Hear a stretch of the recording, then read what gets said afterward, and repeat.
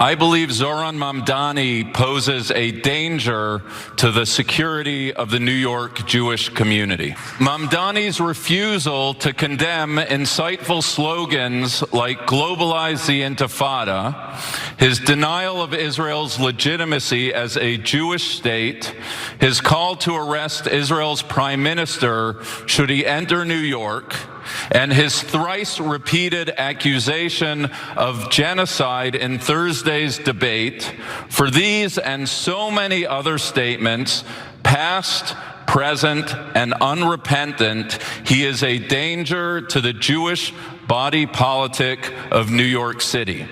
He's 100% correct. Absolutely. And some of the things that his father has talked about terrorism, cozying up to the imam, who definitely, if he wasn't an unindicted co-conspirator, he definitely spoke up in defense of some of the people that were charged there as well. Let's talk about that imam, shall we? Because it turns out that Zoran Mamdani, the mayoral candidate who appears poised to win the race in New York City, took a photo with someone, and that photo is being used to attack him. Now, this story is actually really fascinating. Lots of twists and turns, so buckle up. So we've talked a lot about these claims, like Mamdani's stance on globalize the Intifada before, so you can go back and watch our videos on that. However, the big thing Kilmeade and Jones in that Fox News clip we just showed you are making a big fuss about is this photo slash meeting that Mamdani had with an imam by the name of Siraj Wahhaj, fun name, that's been making headlines over the weekend. So take a look at the photo.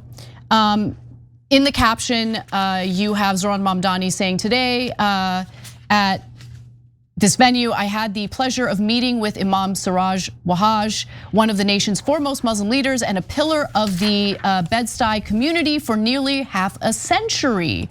I was also joined by CM Dr. Youssef Salam of Harlem, a beautiful Juma, yeah. Juma, okay. So anyway, who is this imam and why is this causing a stir, especially considering the fact that a lot of other mayoral candidates have been photographed with him and they weren't attacked the same way that Zoran Mamdani is. Really? Now, he's an alleged unindicted co-conspirator in the bombing of the World Trade Center in 1993, so that's being cited. That's according to the New York Times. However, there is nuance to this. He was never formally charged in the case, and some prosecutors have even gone so far as to accuse those of listing, have accused the list of conspirators in the attack as being too broad, right? Co-conspirators. Yeah. So that's what this imam was accused of. To qualify as a co-conspirator, the prosecutors are arguing the qualifications are too broad.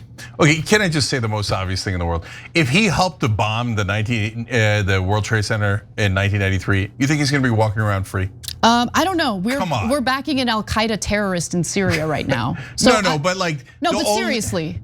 But seriously, no, but Muslims have no power. No, I get what you're saying. And who put the Al Qaeda leader in? Israel and Turkey did, right? So it's like we helped them, though. Yeah, but but because Israel ordered us to, right? It's so pathetic, man. So like this guy, if he actually helped to bomb the World Trade Center, we're not gonna be like, oh yeah, why don't you just be an imam in New York? No, they didn't charge him because they didn't have any evidence. Do you think I'm too? This is a side note, sorry, but I need a little bit of therapy, I guess. Do you think I'm a little too obsessed with the fact that we are supporting an Al Qaeda terrorist in Syria right now, and that we allowed him on US soil in New York City, by the way? No, you're not wrong. That's like, it makes me really angry. Yeah, see, but that's the hilarious part. So that guy is an actual jihadi, and we're backing him because Israel's telling us to back him because he's giving Israel some portions of Western Syria. We're trying to normalize. But Mamdani is like a normal Muslim who's trying to look out for New Yorkers, and they're calling him a jihadi. But not the actual, they actually support the actual jihad. It's crazy. It's amazing. It really is crazy. Anyway, all right, well, back to this guy. So, look, I want to be as fair and accurate as possible.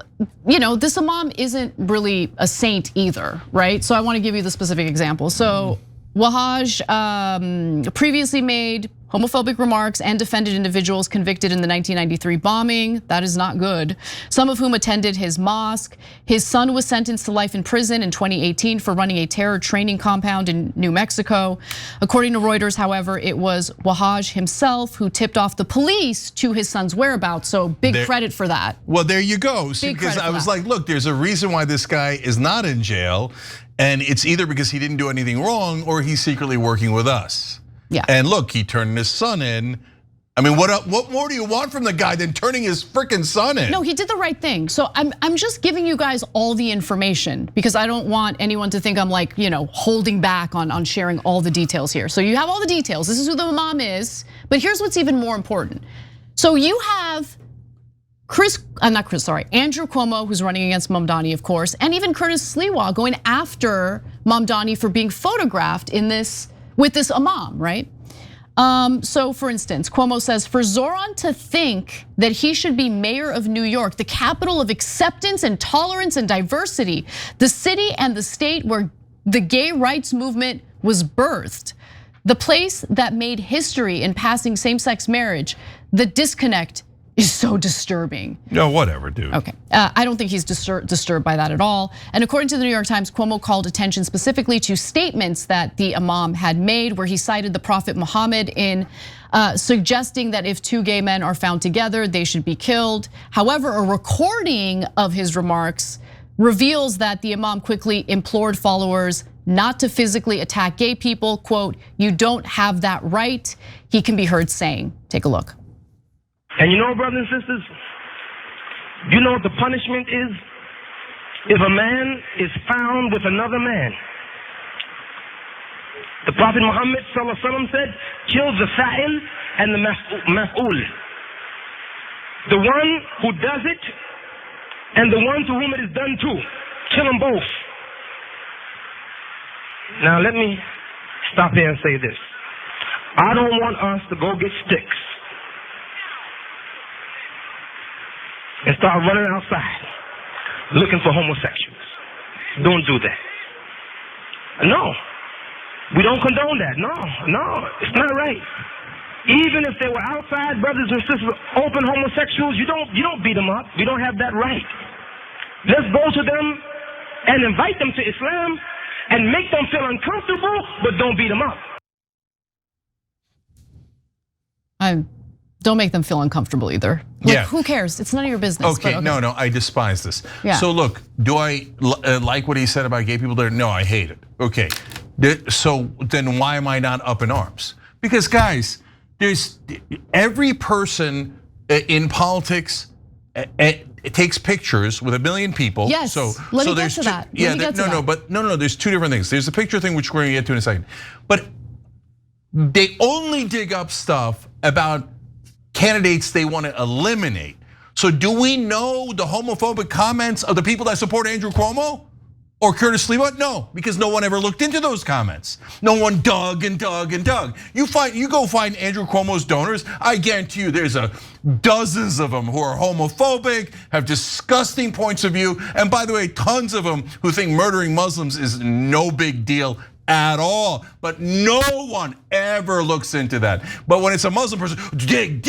Oh, look, finally, we found one picture with one guy who said one thing wrong. That's it, they're all guilty. This is the smear game that disgusting mainstream media does every single time there's an outsider candidate, by the way, on the left or the right. So it's trying to find a needle in a haystack and go, aha, needle, right? No, don't buy into it. It's a load of crap. By the way, Rabbi Elliot Cosgrove that we heard from, sick guy in favor of genocide, sitting there going, oh, he is against Israel and he should be defeated. What comments has he made in the past? If you dug and dug, I bet you would find some things outrageous that he has said about Muslims. Yeah, but no one digs. I hate this in general, right? Like I hate that this happens and it's a political tactic to try to destroy someone in general. I've seen every political group, every political faction do it. I mean, it happened to me. I went on freaking Glenn Beck's podcast and people freaked out. People quit this company over it.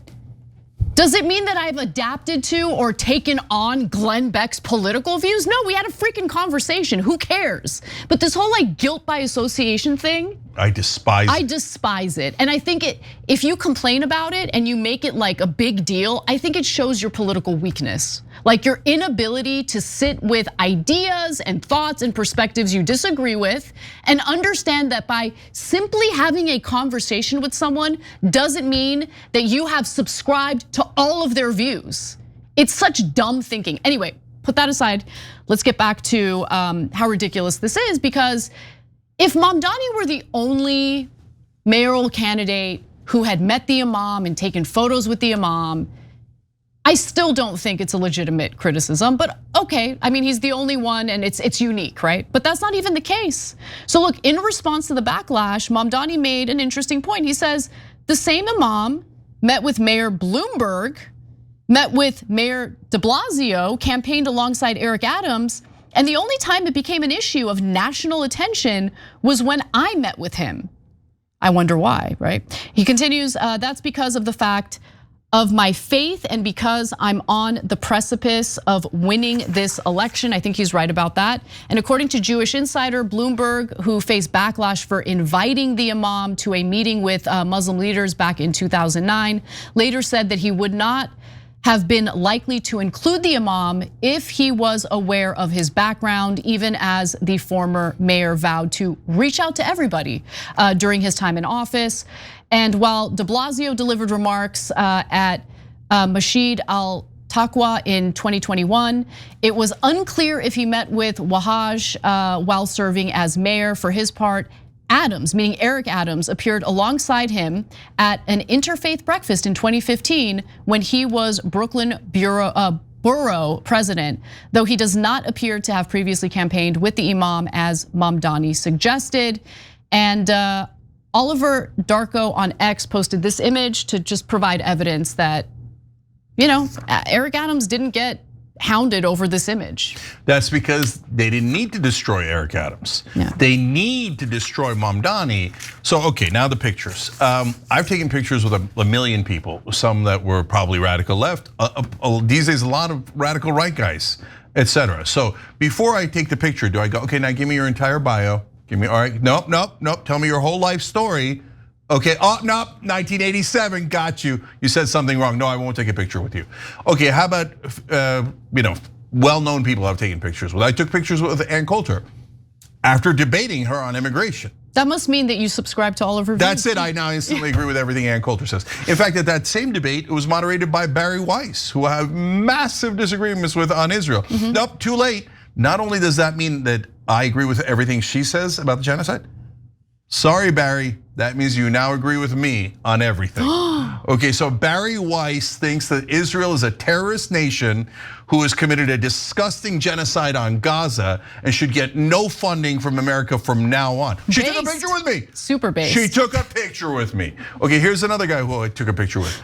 Rabbi Shmuley Botea. Oh, Cenk, don't do it. Don't expose yourself like that. Okay, we did a debate at Oxford and then we took a picture afterwards. That's it, I agree with it. And sorry, Rabbi Shmuley, you now agree with every single thing I have ever said, because guilt by picture. I wouldn't have even taken the picture, Cenk. I actually do judge you for that. Okay, well that's ironic.